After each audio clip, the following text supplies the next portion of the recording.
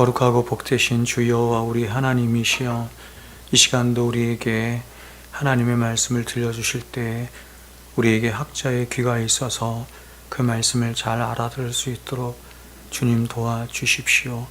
이 말씀이 우리가 인생을 살아가는데 힘이 되게 하여 주시고 소망이 되는 말씀 될 수 있도록 도와주시고, 우리의 판단과 우리의 모든 이해와 우리의 모든 분별과 우리의 모든 결정에 시금석이 되는 말씀 되게 하여 주셔서 하나님, 이 말씀을 붙잡고 이 험하고 죄 많은 세상 살아가는 죄들에게 인도하여 주시옵소서. 예수님의 이름으로 기도하옵나이다. 아멘. 네. 뒤에 지금 끄죠, 저거죠? 네. 네. 말씀을 전하기 전에 잠깐 한 두 가지 정도만 광고를 하고 말씀드리겠습니다. 우리 예배에 손님이 한 분 오셨습니다. 네. 뒤에 오셨는데, 제가 대학교 시절에 내비게이터에 있었잖아요. 근데 내비게이터에 있을 때 함께 생활했던 우리 형제님이시자 또 저희 선배이시고 제가 너무너무 좋아하고 잘 따랐던 형님이십니다. 형님이신데 이렇게 세종에 오셨다가 예배를 함께 참석하시게 되었습니다. 지금 목사님이시고 군 선교를 하고 계십니다. 강원도에 있는 이렇게 너무너무 귀한 일을 지금 하고 계십니다. 우리 교회가 돕고 있는 어준경 선교사님 아시죠? 어준경 선교사님이 우리 저 목사님이 팔로워였어요. 그러니까 함께 양육했던, 그래서 참 두 분 너무나 귀한 분들인데 이렇게 또 저에게 오셔서 너무 감사를 드립니다. 잘 오셨습니다. 한번 인사하겠습니다. 잘 오셨습니다. 네. 네. 그리고 또 하나 광고는 우리 내일 우리 한현수 주사님이 수술을 하십니다. 그래서 결석 제거 수술을 하시는데 주님 모시고 수술 잘 할 수 있도록 여러분 기도해 주시기를 부탁을 드립니다. 자, 제가 수예배 때 기독교 강요를 계속 해왔는데 제가 오늘로서 중단을 좀 하겠습니다. 기독교 강요를 아직 1권을 마치지 못했는데 잠시 중단을 하겠습니다. 중단을 하고 말씀을 좀 강의를 해야 되겠다라고 하는 생각이 제가 있어서 수요일에는 지금 고민을 좀 많이 했는데 골로새서 말씀을 전해야 되겠다, 이런 생각을 제가 갖고 있어요. 그래서 골로새서 말씀을 살피기 위해서는 제가 미리 좀 작업을 좀 많이 해야 되죠. 많이 책들도 좀 읽고 해야 되는 작업이 있어서 조금 시간이 걸립니다. 시간이 걸려서 한 달 정도는 느헤미야 말씀을 계속해서 1장부터 쭉 해서 느헤미야 말씀을 좀 함께 나누고, 그리고 그 이후에 골로새 말씀을 나누도록 하겠습니다. 주일 예배는 제가 여러분에게 예고해 드린 대로 회심 설교를 한 몇 번에 걸쳐서 좀 더 하고, 그리고 기타 교회 생활에 필요한 설교들을 제가 좀 더 하겠습니다. 그렇게 올해를 거의 마치고 내년부터는 다시 보는 요한계시록에서 요한계시록 말씀을 강의할까, 이런 생각을 좀 가지고 있습니다. 예전에 제가 하다가 중단을 했는데 조금 더 말씀을 보강해서 요한계시록을 말씀을 여러분과 함께 나누면 좋겠다라고 하는 생각을 합니다. 자, 오늘은 느헤미야 말씀을 함께 살펴볼 텐데 계속해서 중간중간에 느헤미야 말씀을 계속해서 끝까지 한번 보도록 하겠습니다. 자, 오늘 우리가 함께 살펴볼 느헤미야 말씀은 에스라의 말씀에 이어지는 하나의 말씀입니다. 자, 우리가 지금 보는 성경은 에스라와 느헤미야가 이렇게 딱 떨어져 있죠. 떨어져 있지만 대부분의 사본에 보면은 에스라와 느헤미야서는 이렇게 한 권으로 되어 있습니다. 한 권의 책이다, 이렇게 말씀드릴 수가 있습니다. 우리가 다 아는 것처럼 하나님은 예레미야나 에스겔과 같은 선지자를 통해서 약속하신 것처럼 하나님이 정하신 70년이라고 하는 고난의 때를 이스라엘 백성들로 하여금 다 지나게 하신 후에 이제 이스라엘 백성들을 하나님이 약속하신 때를 따라 다시 회복하여 주시는 일을 하십니다. 여러분 어떻게 하시냐면 하나님은 바로 당신이 세우신 고레스의 마음을 감동케 하시죠. 고레스의 마음을 감동케 하셔서 1차와 그리고 2차 그리고 3차에 걸친 포로기환을 통해서 회파되었던 성전과 성벽을 다시 재건케 하시고 영적인 이 영성을 부흥케 하시는 일을 하십니다. 이것을 쭉 해서 계속해서 말씀하고 있는 것이 에스라와 느헤미야 말씀이다. 이렇게 말씀을 드릴 수 있어요. 이에 대해서 에스라 1장 1절부터 3절 말씀은 이렇게 우리들에게 증언합니다. 바사왕 고레스 원년에 여호와께서 예레미야의 입을 통하여 하신 말씀을 이루게 하시려고 이미 70년 전에 하나님께서는 예레미야를 통해서 70년이라고 하는 시간까지 약속하셔서 이스라엘 백성들을 다시 회복할 것을 약속하셨죠. 그래서 그 말씀을 이루게 하시려고, 하나님께서 하신 말씀을 이루게 하시려고 바사왕 고레스의 마음을 감동시키심에 그가 온 나라에 공포도 하고 조소도 내려 이르되, 바사왕 고레스는 말하느니 하늘의 하나님 여호와께서 세상 모든 나라를 내게 주셨고 나에게 명령하사 유다 예루살렘의 성전을 건축하라 하셨나니 이스라엘 하나님은 참 신이시라. 너희 중에 그의 백성된 자는 다 유다 예루살렘으로 올라가서 이스라엘의 하나님 여호와의 성전을 건축하라. 그는 예루살렘에 계신 하나님이시니라. 이렇게 말합니다. 그래서 이제 이러한 하나님의 역사하심을 따라서 3차에 걸쳐서 대대적인 포로 귀환이 이루어집니다. 70년 전에 3차에 걸쳐서 바벨론 유수가 이루어졌는데 다시 이번에는 70년이 지난 후에는 대대적인 포로 귀환이 동일하게 3차에 걸쳐서 이루어지는데, 가장 먼저 이루어진 포로 귀환은 수룹바벨의 영도하에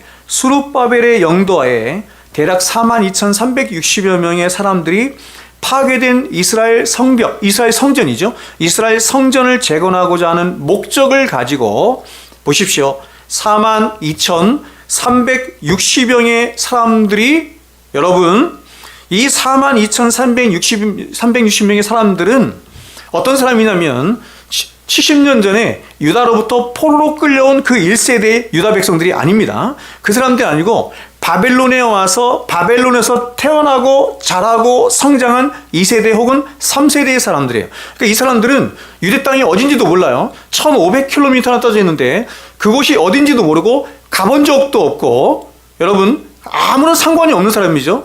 그런데 하나님의 약속 하나만 딱 붙들고, 말씀 하나만 딱 붙들고, 이 스룹바벨의 영도하에 하나님이 약속하신 성전을 짓기 위해서 1500km나 떨어진 곳으로 지금 가고 있는 것입니다. 굉장한 사람들이죠. 여러분, 이렇게 믿음 좋은 사람들이 어떻게 생겨났느냐? 하나님께서는 70년이라고 하는 바벨론의 용광로 속에 넣어서 그들을 완전히 새로운 하나님의 백성으로 만드셨기 때문에 그런 것입니다. 하지만 이러한 이들의 성전 재건은 사마리아인들의 끊임없는 방해 공적으로 성전 지대만 딱 놓은 채 16년이란 오랜 시간 동안 공사를 중단하게 됩니다. 그래서 하나님은 다시 학개와 스가랴와 같은 선지자들을 그들에게 보내서 독려하시죠. 학개와 스가랴가 바로 그 말씀입니다. 다시 그래서 성전 공사를 재개하도록 하십니다. 그래서 다시 4년 만인 기원전 516년에 마침내 성전 공사를 완성하게 됩니다. 그리고 이렇게 1차 포로 기환이 있은 지 거의 80년이 다시 지나요. 80년이 지나서 다시 이번에는 에스라와 함께하는, 학사라고 부르기도 하고 학자 이렇게도 부르기도 하죠. 학자 에스라와 함께하는, 이번에는 1800여 명의 가량의 사람들이 2차 포로 기환이 이루어지게 됩니다.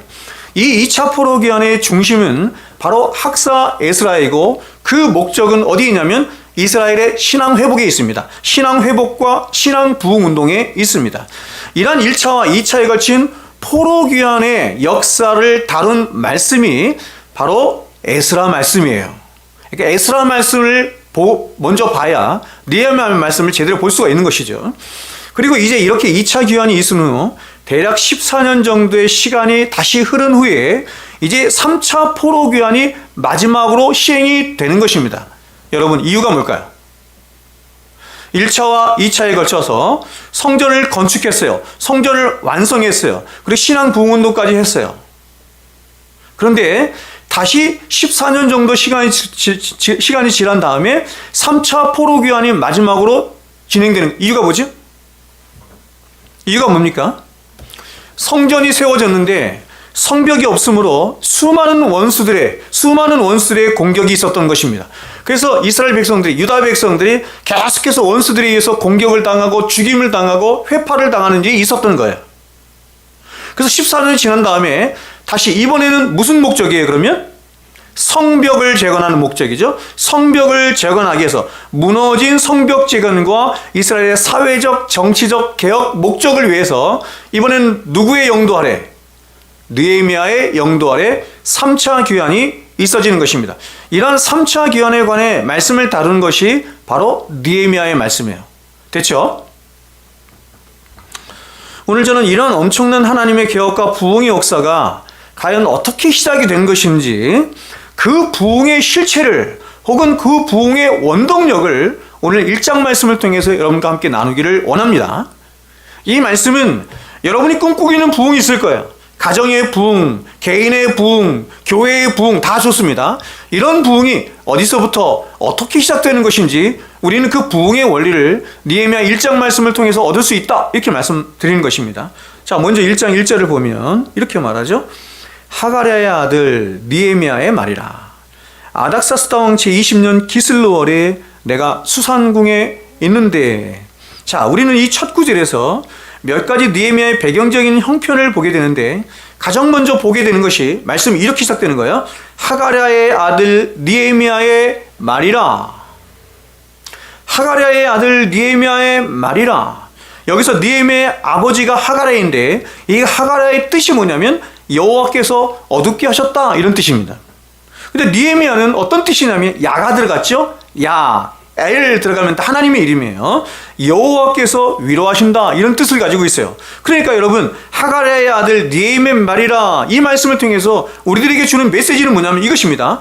이스라엘의 죄로 인해서 하나님이 이스라엘 백성들을 어둡게 하셨는데, 그런데 이제 하나님이 정하신 그 모든 징계의 시간이 다 지나자 이제 하나님이 이스라엘 백성들을 어떻게 하신다고요?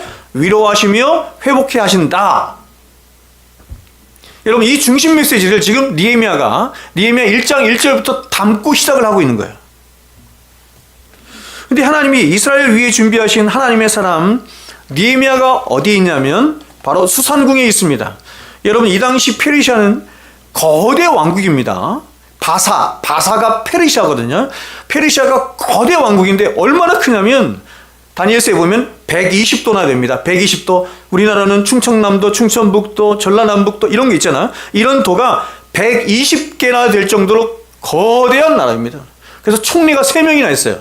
왕궁이 몇 개나 있냐면 4개가 있습니다. 4개가. 황제가 거하는 왕궁이 4개나 있을 정도로. 여러분, 이걸 좀 여러분이 좀 잘 알고 싶으면 어떤 영화를 보면 잘 아냐면 300이라고 하는 영화를 보시면 알아요. 영화 300 보셨어요? 300 안 보셨구나. 예. 그 300명의 사람들이 300명이 누구죠? 어디 사람들이지? 예? 예? 스파르타의 300명의 사람들이 이 페르시아 군대하고 싸우는 거예요. 그 어마어마한 군대하고. 거기 나오는 그 황제가 바로 이 고레스 왕제입니다. 거기 나오는 황제가. 근데 이 왕이 얼마나 굉장한 왕이었고, 이 나라가 얼마나 거대한 왕국이었냐면, 나라가 너무나 커서 황궁을 4개나 둘 정도로, 앙메다궁, 페르스폴리스궁, 그 다음에 바벨론궁, 그리고 오늘 본문에 나오는 수산궁, 이 4개가 나올 정도로 봄, 여름, 가을, 겨울 계절별로 황제가 돌아가면서 머물렀던 왕궁입니다. 황제가 겨울에 머물렀던 왕궁이 바로 수산궁이었습니다. 수산궁에 황제가 머무는 그 수산궁에 지금 예레미야가 머물고 있는데, 여기서 무엇인가 소식을 듣고 있는 거예요. 자, 여러분, 이런 느헤미야가 수산궁에 평안히 머물고 있습니다. 수산궁에 평안히 머물고 있는데 느헤미야에게 한 소식이 들려진 것입니다. 그것이 2절이에요. 2절 같이 읽어볼게요. 시작. 내 형제들 가운데 하나인 하나니가 두어 사람과 함께 유다에서 내게 이르렀기로 내가 그 사로잡힘을 면하고 남아있는 유다와 예루살렘 사람들의 형편을 물은즉. 그렇죠? 여러분, 여기 등장하는 하나님은 아마도 이게 추측인데 느헤미야와 굉장히 가깝게 지내는, 여기서 형제라고 하는 표현을 썼잖아요. 형제처럼 지내는 아주 가까운 사람이었던 것 같습니다. 근데 형제와 같이 지내는 하나니가 다른 두어 사람들과 함께 어디로부터 1500km나 떨어져 있는 유다로부터 와서 느헤미야에게 어떤 소식을 전하고 있는 것이죠. 그러자 느헤미야가 이 하나님에게 특별히 사로잡힘을 면하고 남아있는 사람들과 그들이 처한 형편이 어떠한가 하는 것을 묻습니다. 유다에 가는 소식을 하나님가 가지고 왔는데 특별히 뭘 물으냐면 사로잡힘을 면하고 남아있는 사람들은 어떠냐, 그리고 그들이 처한 형편은 어떠냐, 이걸 물어요. 여러분, 여기서 사로잡힘을 면하고 남아있는 사람들이란 누구를 말하는 겁니까? 1500km 떨어져 있는 유다, 그렇죠? 누구예요? 1차, 2차에 걸쳐서 포로 귀환이 이루어진 사람들을 말하는 거예요.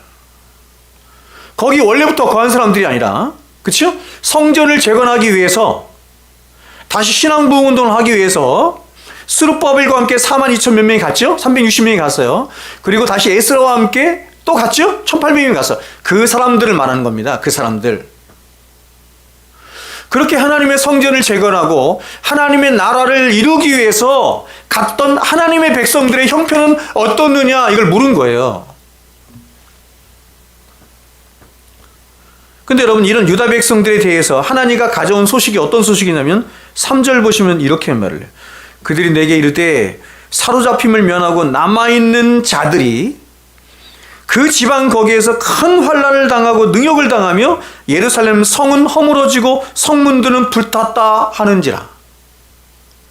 소식이 크게 두 가지죠. 하나는 뭐냐면 거기 있는 유다 백성들에 관한 소식이죠. 포로 귀환했던 1차, 2차 포로 귀환했던 유다 백성들에 관한 소식이고, 또 하나는 뭐예요? 그들이 건축했던 성전에 관한 소식이죠. 근데 그 소식이 어떠냐면 거기 있는 사람들은 큰 환난을 당하고 능력을 받고, 또 하나는 뭐냐면 예루살렘 성. 여러분, 예루살렘 성은 허물어지고 성문들은 불탔다 하는지라. 예루살렘 성은 당연히 허물어졌겠죠.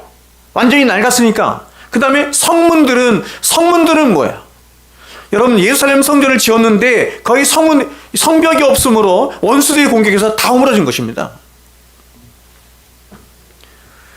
여러분, 지금 하나님가 가져온 소식은 굉장히 비참하고 고통스럽고 슬픈 소식입니다.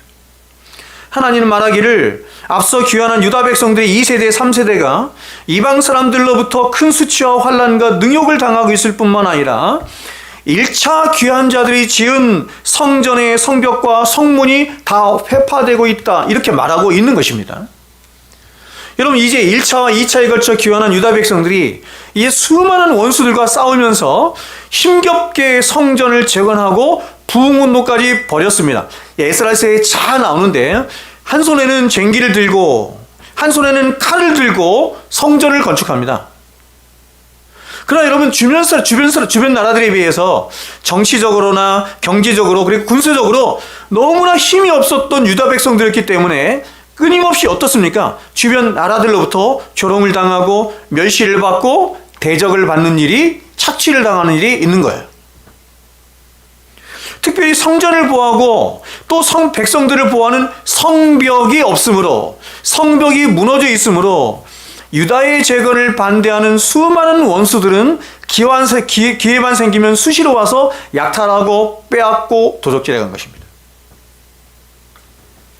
바로 이러한 유다 백성들의 상황과 예루살렘의 상황을 느헤미야가 그의 형제 하나니로부터 들은 것입니다. 그래서 여러분, 이렇게 고통당하는 백성들과 예루살렘에 대한 소식을 들은 느헤미야가 어떻게 하고 있는지 한번 보겠습니다. 4절 보겠습니다. 같이 읽습니다. 시작. 내가 이 말을 듣고 앉아서 울고 수일 동안 슬퍼하며 하늘의 하나님 앞에 금식하며 기도하여. 아멘.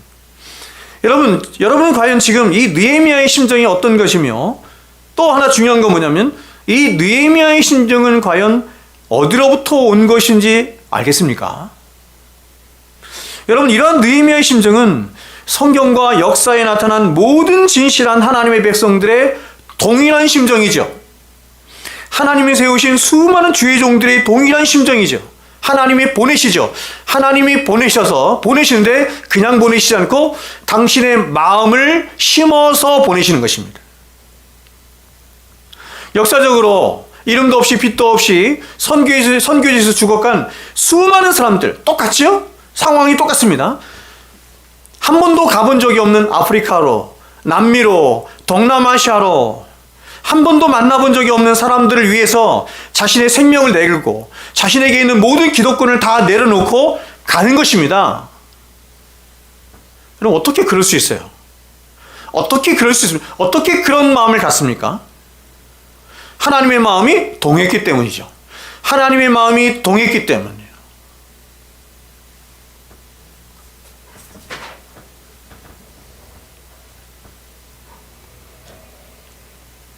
이렇듯 여러분, 이렇게 느헤미야에게 하나님의 백성인 유다 백성들, 그리고 예루살렘에 대한 형편으로 인해서 울고 애통하며 아파하는 그 마음을 주신 분이 누구냐면 하나님이십니다. 느헤미야가 유다와 예루살렘에 대하여 이런 애통함과 아파하는 마음을 가진 것은 느헤미야 스스로가 가진 것이 아닙니다. 우리는 그럴 수 있는 존재가 절대로 아닙니다, 여러분. 우리는 태어나면서부터 자기 중심성 안에 태어나서 일평생을 자기만을 위해서 살아가는 존재들이거든요. 남을 위해서 희생하거나 남을 위해서 자기 목숨을 버리는 일은 절대로 하지 않습니다. 하나님의 마음이 부어지자, 유다 백성들을 향한, 하나님의 백성들을 향한 하나님의 마음이 부어지자, 그 백성들을 향한 하나님의 그 애끓는 마음이 그대로 이 느헤미야에게 동해자, 느헤미야가 하나님 앞에 나가서 슬피 울며 기도하고 있는 거죠. 기독교 수천 년 역사 동안에 하나님이 당신의 교회를 세우시고 순교의 일을 이뤄가시고, 선교의 일을 이뤄가시고 하나님 당신의 나라와 의를 이뤄가시는 방식이 항상 이런 방식입니다. 여러분, 느헤미야를 한번 보십시오. 느헤미야는 비록 이방인이었지만 그는 그 당시 가장 큰 제국인 페르시아에서 태어나서 페르시아의 모든 학문과 문물과 학문에 능통한 자가 되었을 뿐만 아니라 그 페르시아에서 가장 크게 출세해서 왕을 보좌하는 술관원의 자리까지 올랐습니다. 다시 말씀드리겠지만 왕의 술 맡은 관원장은 그냥 술 시중을 두는 자가 아니라 우리나라로 말하면 강훈식 비서실장과 같은 사람입니다. 황제를 보좌하는, 왕을 보좌하는 비서실장 같은 역할을 하는 자를 술 맡은 관원장, 이렇게 말. 그러니까 최고의 신분과 최고의 영예와 최고의 형통을 누리는 자가 바로 느헤미야였던 것입니다. 어떤 면에서 보면 여러분, 느헤미야는 이민 2세대, 3세대이기 때문에 예전의 유다 백성들과는 거의 아무런 관련이 없다고 해도 사실 그렇습니다. 그렇죠? 유다 땅이 어딘지도 모릅니다. 그냥 자신의 조상들에게 유다 백성들이 죄를 지어서, 하나님 앞에 죄를 지어서 자신의 민족이 이리로 끌려왔다, 포로로 끌려왔다라고 하는 소식만 들었을 것입니다. 그는 거기서 태어나서 거기서 자라고 거기서 공부하고 거기서 일취월장 성장을 해서 최고의 학문에 이르고 최고의 자리까지 오른 사람이 느헤미야입니다. 이런 느헤미야와 유대 땅은, 예루살렘 성전은 아무런 상관이 없는 거예요.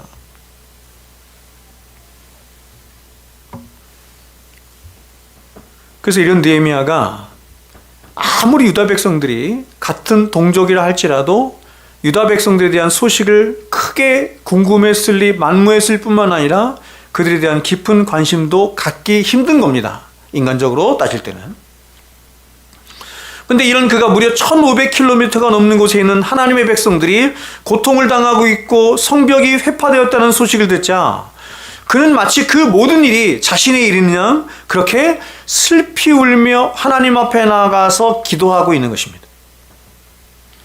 느헤미야가 얼마나 오랫동안 기도하고 있냐면 2장 1절에 보면 니산월까지 기도합니다. 기슬루월에서 니산월까지.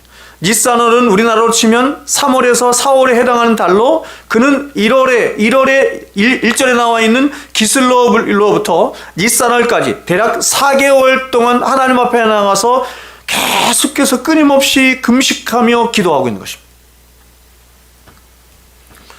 여러분, 우리가 에스라서를 보면 마지막 9장과 10장에서 에스라 부흥운동, 굉장히 유명한 부흥운동인데 역사적으로 이 에스라 부흥운동이 무엇으로부터 시작해서 무엇으로 끝나고 있냐면 기도로부터 시작해서 기도로 끝나고 있는 것을 봅니다. 근데 그런 부흥운동이 이제 오랜 시간 동안 침체기를 맞자 다시 하나님이 느헤미야를 통해서 부흥운동을 일으키시는데 어떻게 하시냐면 똑같습니다. 에스라와 같이 기도를 통해서 그 부흥운동을 시작하시고 있는 것입니다. 부흥의 시작이, 부흥의 원동력이 뭐냐면 기도라는 것을 성경이 말씀해주고 있는 것이죠. 여러분, 과연 저와 여러분이 예수를 믿습니다 라고 하는 신앙 고백의 핵심이 무엇입니까? 그것은 바로 우리를 위해서 죽으셨을 뿐만 아니라 지금도 여전히 살아계셔서 우리의 믿음의 주가 되시고 우리를 온전케 하시는 이인 예수 그리스도 그분만을 온전히 바라도록 하고 그분만을 사랑하도록 하고 그분만을 의지하도록 함으로 오직 그분의 영광만을 위해 사는 자가 되게 하는 것이 바로 기독교 신앙이 가진 목적입니다. 그러므로 기독교가 말하는 모든 진실한 성도는 이제 세월이 더해가면 더해갈수록 그 믿음의 주가 되시는, 저와 여러분의 믿음의 주가 되시는 예수에 대한 소망이 더욱더 굳어져가고 깊어져가고 선명해가는 자가 바로 성경이 말하는 성도입니다. 그러므로 이렇게 예수를 진실하게 만나 그 예수와 깊이 사귀다 보면 그 예수에 대한 사랑이 점점 깊어지겠죠. 아침에도 보고 점심에도 보고 저녁에도 보면 점점 닮아가고 그 사랑이 깊어져서 이제 우리의 말과 생각과 계획과 모든 행실의 중심에 점점 예수가 있게 되는 것입니다. 그래서 이제 그분의 관심이 점점 나의 관심이 되어가고 또 그분의 기쁨이 나의 기쁨이 되어가며 그분의 인격이 나의 인격이 되어지기를 점점 소망하며 그분의 꿈이 나의 비전이 되기를 원하게 되는 것이죠. 사도 바울은 이것을 한마디로 이렇게 말했죠. 살든지 죽든지 그리스도가 내 몸에서 존귀하게 되기를 원한다, 이렇게 말했습니다. 그래서 이렇게 오직 하나님의 영광을 위하여 살고픈 이 예레미야, 믿음으로 살아가고 이 예레미야의 마음에 유다 백성들을 향한 하나님의 깊은 사랑과 긍휼의 마음이 부어지자 느헤미야는 하나님 앞에 나아가서 기도하지 않을 수 없었던 것입니다. 여러분, 느헤미야가 어떻게 기도하고 있는지 한번 보십시오. 그는 이렇게 기도하고 있습니다. 하늘의 하나님 앞에 금식하며 기도하고 있습니다. 하늘의 하나님 앞에 금식하며 기도하고 있습니다. 여러분, 느헤미야는 지금 하나님을 진정으로 믿고 있는 것입니다. 어떤 사람이 기도하는 사람이냐? 어떤 사람이 모든 것을 다 뒤로 하고 자신의 삶의 모든 것을 다 뒤로 하고 가장 우선적으로 하나님 앞에서 나가서 기도하느냐? 그 사람은 하나님을 믿기 때문에 그렇습니다. 하나님이 살아계실 뿐만 아니라 그 하나님이 온 세상 만물의 주관자시자 구원자시며 심판주라는 사실을 믿고 의지함으로 오직 하나님께 먼저 나아가서 그 하나님께 금식하며 기도하고 있는 것입니다. 우리가 구약성경에 보면 하나님 백성들이 금식을 하죠. 금식을 할 때 항상 같이 행동하는 것이 하나 있습니다. 여러분, 그것이 무엇입니까? 죄를 뿌리는 것입니다. 죄를. 기도하는 것이나 금식하는 것이나 같은 것인데 금식은 더 절실하게 기도하는 신자의 표현입니다. 그래서 죄를 뿌리죠. 죄를 뿌린다는 건 이런 뜻입니다. 하나님, 나는 하나님 앞에 죄와 같은 존재입니다. 먼지와 같은 존재일 뿐입니다. 내가 오직 의지할 것은 하나님밖에 없습니다. 이런 표현을 하는 것입니다. 지금 보십시오. 느헤미야가 이 나라에 어떻게 보면 두 번째 권력을 가진 비서실장격이 되는 느헤미야가 하나님 앞에 나가서 죄를 무릅쓰고 기도하면서 금식하며 기도하며 내가 의지할 것은 오직 하나님밖에 없습니다. 이렇게 기도하고 있는 것입니다. 여러분, 기독교 모든 역사에 그렇듯이 우리 신앙과 삶의 진정한 부흥과 회복은 늘 기도로부터 시작된다는 것을 알아야 합니다. 반대로 성도의 신앙과 교회의 가장 큰 위기는 바로 기도하지 않는 것으로부터 온다라고도 할 수 있습니다. 제가 여러분에게 여러 번 말씀드렸지만 오늘날 조국 교회는 대체적으로 기도하지 않습니다. 대체적으로 기도하지 않고 또 불행한 것은 뭐냐면 많은 사람들이 기도를 하는데 기도를 배우려고 하지 않습니다. 기도를 바르게 잘 하지 못합니다. 그래서 성경에 나와 있는 수많은 기도의 모범들이 있는데 그 기도의 모범들과 우리의 기도가 너무나 다른 것을 봅니다. 무엇보다도 예수님께서 우리에게 모범적으로 보여주신 주기도문이 있는데 주기도문과 오늘날 조국교회에서 행하는 기도가 얼마나 다른지 우리는 너무나 쉽게 알 수가 있습니다. 마치 하나님의 보좌를 움직여서라도 하나님의 보좌를 움직이는 기도라고 하는 책을 쓰신 분이 있는데 하나님의 보좌를 움직여서라도 나의 뜻과 나의 목적과 나의 생각을 관철시키려고 하는 그런 샤머니즘적인 기도가 우리나라에 여전히 많이 횡행하고 있는 것이 사실입니다. 기도는 오히려 하나님의 뜻이 나의 뜻이 되도록 나를 죽이는 자리가 기도입니다. 그래서 라일이 얘기한 거예요. 기도는 죄를 죽이고 죄는 기도를 죽인다라고 하는 말이 기도를 하기 전에는 나의 뜻, 나의 생각, 나의 계획, 나의 욕심 이런 것들이 가득 차 있었는데 기도를 하면 그런 모든 자기중심적인 죄가 죽어서 주기도문에서 주님께서 가르쳐 주신 것처럼 하나님의 이름의 영광을 구하는 자리가 되고 하나님의 뜻이 하늘에서 이루어진 것처럼 나의 삶 가운데 우리 교회 가운데 이루어지기를 구하게 되며 하나님의 나라가 나의 삶 가운데 이루어지기를 구하게 되는 것입니다. 바르게 기도하면. 기도는 배워야 합니다. 내 마음속에 있는 것을 아무렇게나 그냥 감정풀이 하는 것을 내 속에 있는 것을 아무렇게나 내뱉는 것을 기도라고 하지 않습니다. 또 그렇게 하는 것을 예배라고 하지도 않고 하나님께서는 그렇게 하는 것을 그렇죠? 출애굽기 말씀을 통해서 뛰논다라고 말씀하셨습니다. 뛰노는 것입니다. 그건 예배가 아닙니다. 그것은 기도가 아닙니다. 여러분, 기도하지 않는 교회, 기도하지 않는 목사, 기도하지 않는 성도, 여러분 무엇이란 말입니까? 무엇이란 말입니까? 그렇죠? 제가 우리 교회에서 기도에 관해서 굉장히 많이 강조를 하지만 저는 제가 죽을 때까지 저희 성도님들에게 가장 강조하고 싶은 한 가지 기도입니다. 기도. 저도 여전히 너무나 미숙하고 기도에 저도 여전히 기도를 통해서 누리는 너무나 많은 복락들을 누리지 못하고 있지만 그러나 제가 여전히 갖고 있는 한 가지 확신은 기도만큼 중요한 성도의 하나님이 주시는 은혜의 표지가 없다라고 하는 것이 너무나 분명합니다. 말씀과 기도가 나란히 놓여질 만큼 말씀과 기도로만 우리가 거룩화해져 갈 수 있는 것이에요. 제가 늘 말씀드리지만 하나님께서 저와 여러분을 당신의 독생하신 아들의 피로 깨끗하게 다 닦으셔서 우리를 치료하셔서 가장 기대하시는 바가 무엇이겠습니까? 골방을 기대하시겠죠. 이 골방을 얼마나 기대하시는지 제가 늘 말씀드린 것처럼 예수님께서 이렇게 말씀하셨어요. 너희는 기도할 때에 골방에 들어가. 아무도 방해받지 않는 하나님은 심정이 그것입니다. 우리와 개인적으로 특별하게 인격적으로 만나고 싶은 거죠.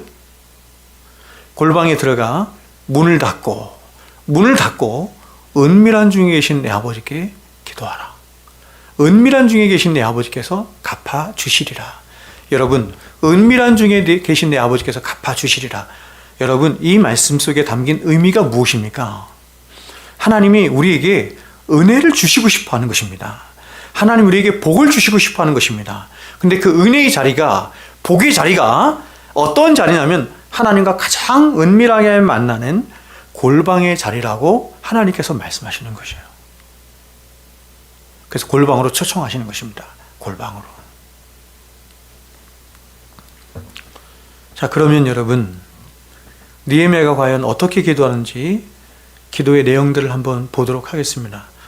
이 말씀을 제가 보니 시간을 다 할 수가 없어서 오늘은 조금 앞에 있는 것만 좀 살펴보고 말씀을 마칠게요. 5절 말씀을 한번 보겠습니다. 5절 같이 읽겠습니다. 시작. 이르되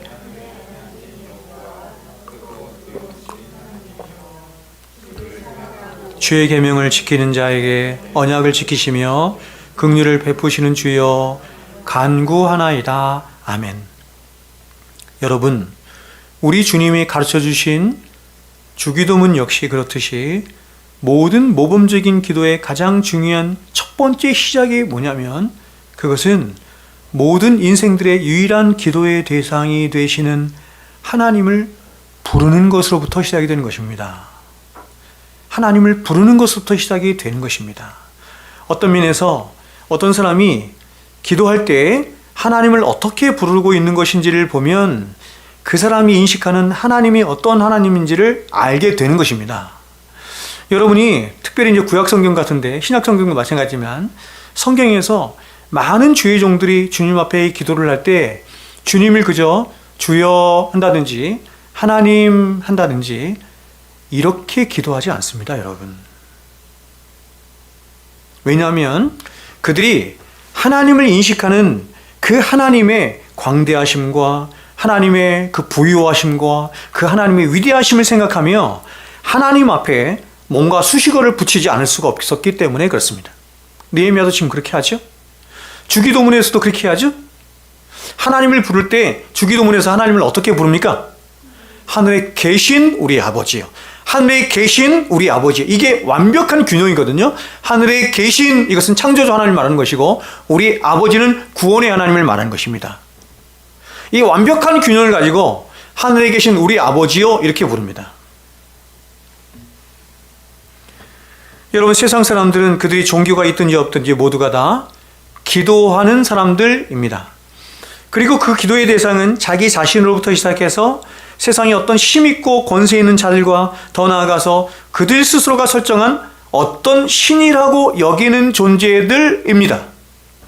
그러나 여러분, 하나님을 믿고 섬기는 저와 여러분은 절대로 그런 허무하고 무익한 인생들이나 우상들이나 헛된 신들이거나 자연 만물에 기도하거나 절하거나 구하지 않습니다. 이유가 뭡니까? 그것들은 신이 아니기 때문에 그렇습니다. 그런 것들은 절대로 신이 아니기 때문에 그렇습니다. 하나님의 형상으로 피된 저와 여러분은 하나님 다음 버금왕의 자리에 있기 때문에 하나님 위에 다른 어떤 것에도 우리는 절하거나 구하거나 굴복하지 않습니다.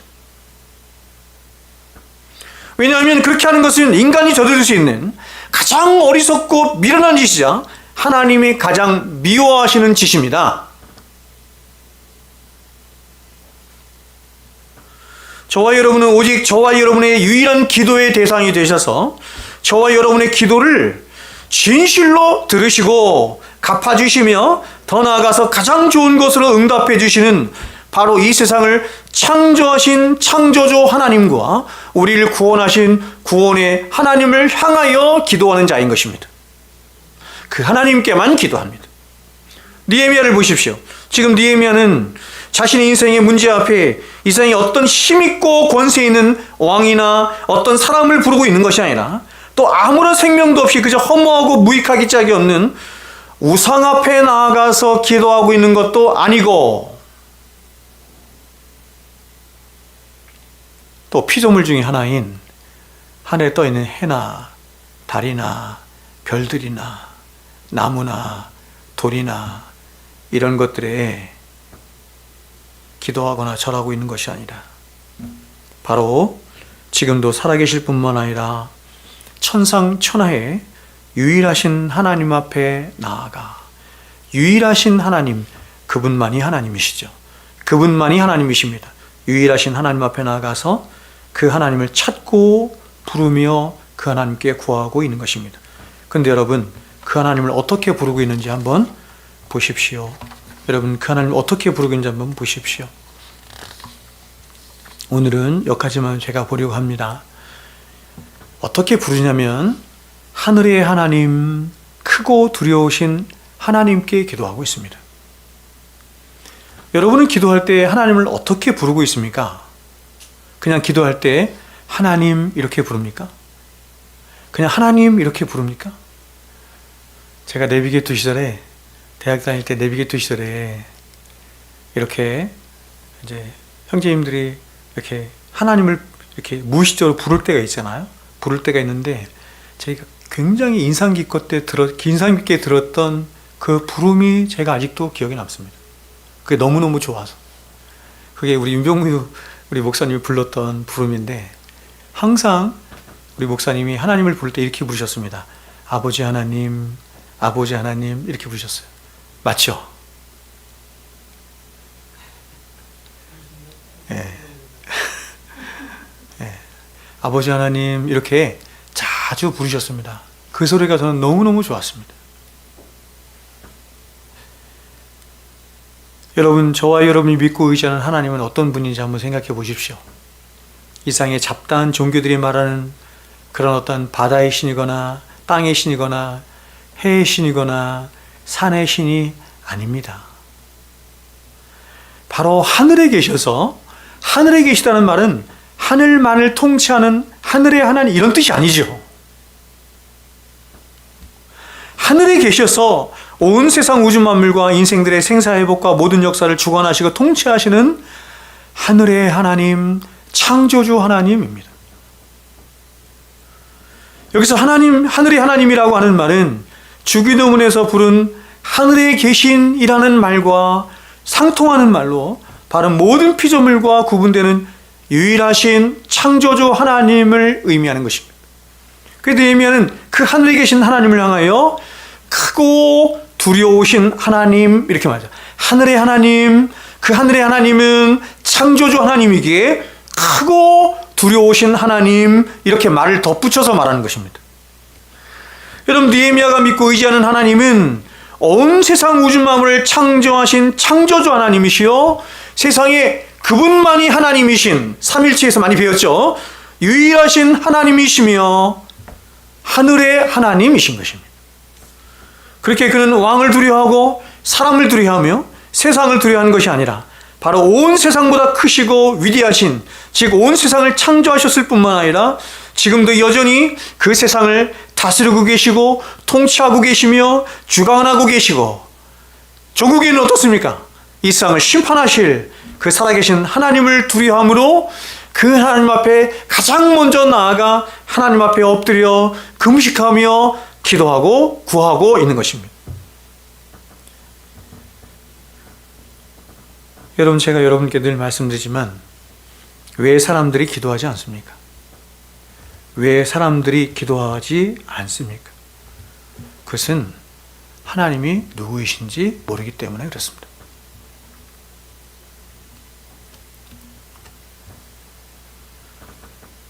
제가 여러분께 믿음에 대해서 말씀을 드렸지만 하나님을 인식하는 게 얼마나 중요하냐면 믿음의 3요소가 있습니다.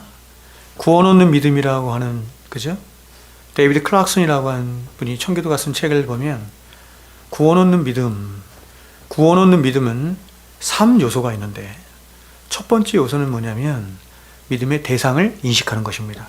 믿음의 대상을 정확하게 인식하는 것입니다.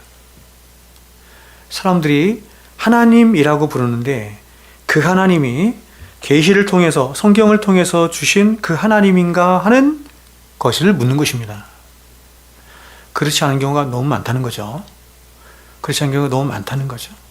그러니까 마태복음 7장에서 주여 주여라고 부르는데 천국을 못 가는 이유가 거기 있는 거죠. 하나님이라고 부르는데, 우리의 믿음의 주가 되신 예수여라고 부르는데 그 예수를, 그렇죠? 예수님 오셨을 때 수많은 사람들이 예수를 기다렸지만 잘못된 예수를 기다린 것처럼 잘못된 주를 부르고 잘못된 예수를 부르고 잘못된 하나님을 부르는 일이 너무 허다하죠. 그래서 믿음의 3요소 중에 첫 번째 요소가 뭐냐면 성경이 말씀하는 그 하나님, 계시를 통해서 말씀하고 있는 그 하나님입니다. 그 하나님을 바로 인식하고 있는가 하는 것입니다. 첫 번째. 바로 인식할 뿐만 아니라 그 하나님을 풍성히 알고 있는가 하는 것입니다. 첫 번째죠. 두 번째는 그 하나님을 내가 어떻게 인식하느냐에 따라서, 얼마나 많이 알고 있느냐에 따라서 뭐가 달라지겠어요? 여러분, 뭐가 달라지겠어요? 뭐가 달라지겠어요?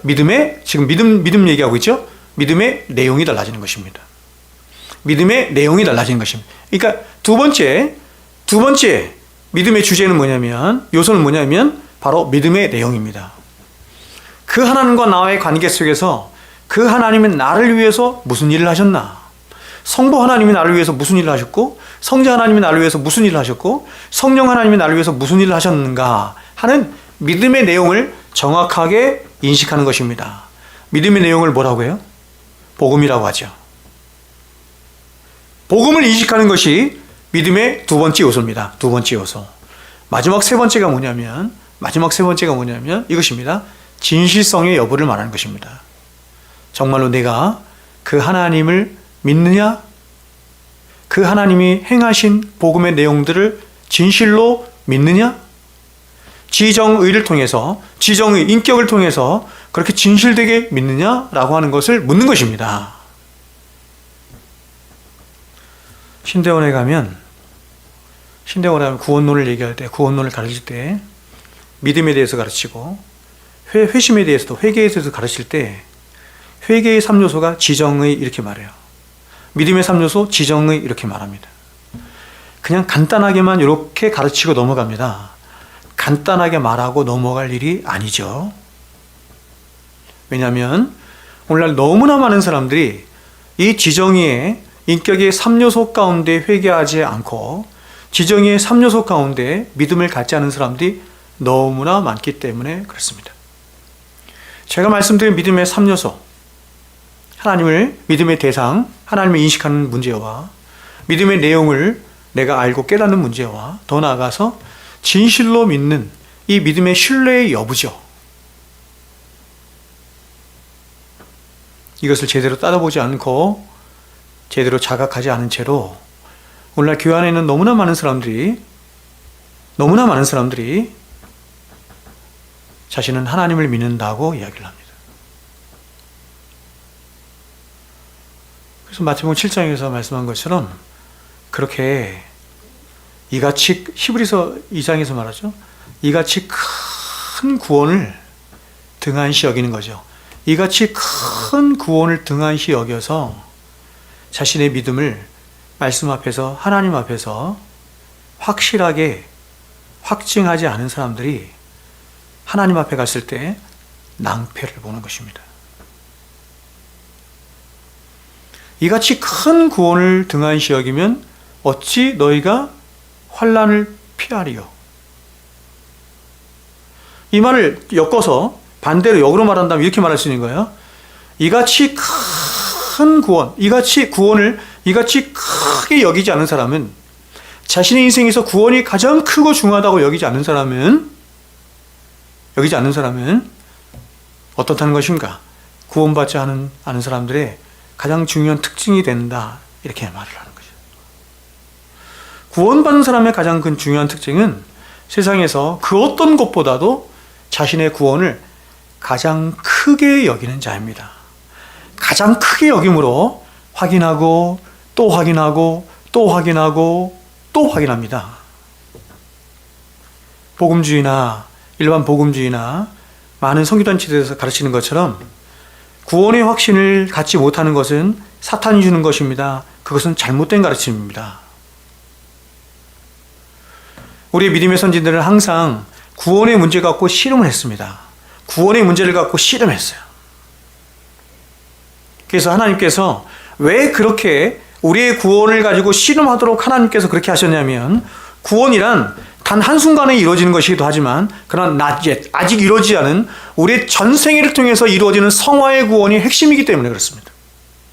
왜 그러면 우리의 전생일을 통해서 전생일을 통해서 성화의 구원이 이루어가는 게 핵심이 되도록 하셨냐? 왜냐하면 구원의 목표가 관계에 있기 때문에 그렇습니다. 관계, 하나님과의 관계.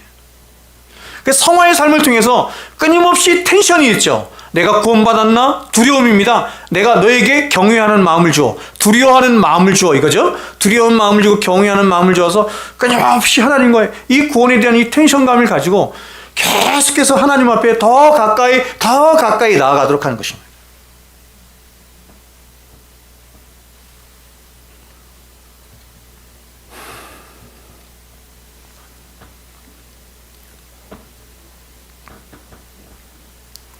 여러분, 하나님을 얼마나 알고 있습니까? 많은 사람들이 하나님을 많이 안다고 생각합니다. 그러나 그렇지 않습니다. 우리 화요 모임 때 실론만 6개월 공부했는데, 실론만, 그렇죠? 제가 다 했겠습니까? 굉장히 많은 것들을 빼먹었겠죠.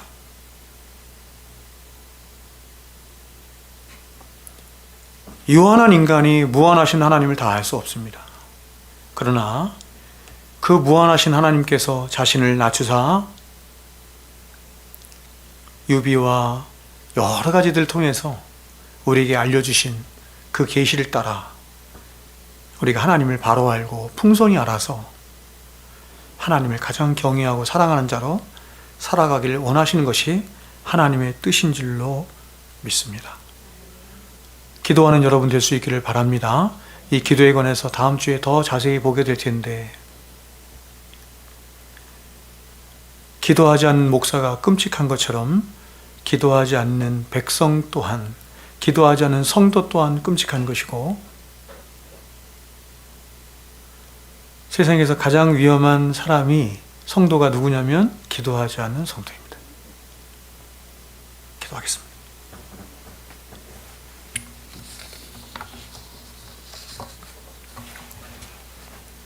거룩하신 여호와 우리 하나님이시여,